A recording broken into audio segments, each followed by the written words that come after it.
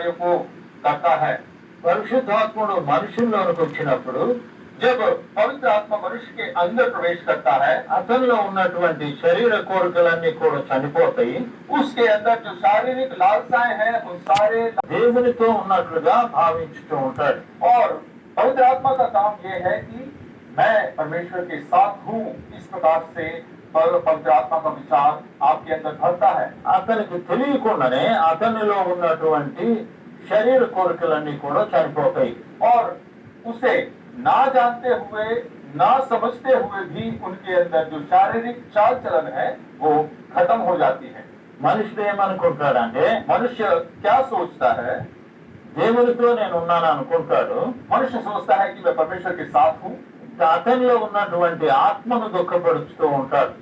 मगर जो परमेश्वर की आत्मा उनके अंदर है उसे हमेशा दुख देता रहता है। ఎందువల్లంటే क्यों? कारण क्या है? మనిషి ఎప్పుడు కూడా దేవునితో నడిచినంత వరకు కూడా దేవుడే అతనిలో ఉన్నాడు.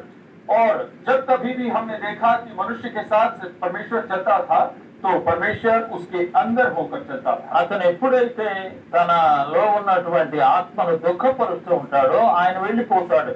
जब मनुष्य परमेश्वर की आत्मा को दुख देता है तब परमेश्वर उसके अंदर से चला जाता है।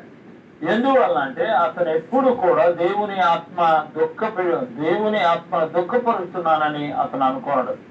मगर जो वो व्यक्ति परमेश्वर की आत्मा को दुख पहुंचाता है वो कभी भी ये नहीं सोचता है कि मैं परमेश्वर को या फिर परमेश्वर की आत्मा को मैं दुख दे रहा हूँ। అతను ఎప్పుడు కూడా ఆ విధమైన ఆలోచన చేయడు కాబట్టి वो कभी भी इस प्रकार से सोचता नहीं है। అతనిలో ఉన్నటువంటి పరిశుద్ధాత్ముడు उनके अंदर जो पवित्र आत्मा है ఎప్పుడు కూడా బాధపడుతూ ఉంటాడు. हमेशा वो पवित्र आत्मा दुख को सहता रहता है। ఎందువల్లంటే कारण इसलिए है అతను తన యొక్క నిజ స్థితిని మర్చిపోతూ ఉంటాడు. क्योंकि मनुष्य जो है अपने निजी जीवन के उस व्यवस्था को वो भूल जाता है। అందువల్లనే యేసు ప్రభు వారు इसी वजह से यीशु मसीह లూకా సువార్త 11వ అధ్యాయంలో लूका रचित सुसमाचार 11वां अध्याय ఇక్కడ ప్రభు చెప్పేటువంటి ప్రార్థనను మనం చూడగలుగుతూ ఉన్నాం. प्रभु यीशु मसीह किस प्रकार से यहाँ पर प्रार्थना को सिखाते हैं हम देखते हैं।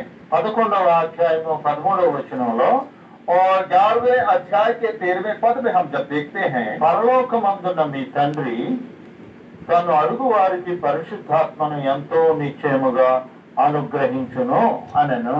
जब तुम बुरे होकर अपने बच्चों को अच्छी वस्तुएं देना जानते हो तो स्वर्गीय पिता अपने मानने वालों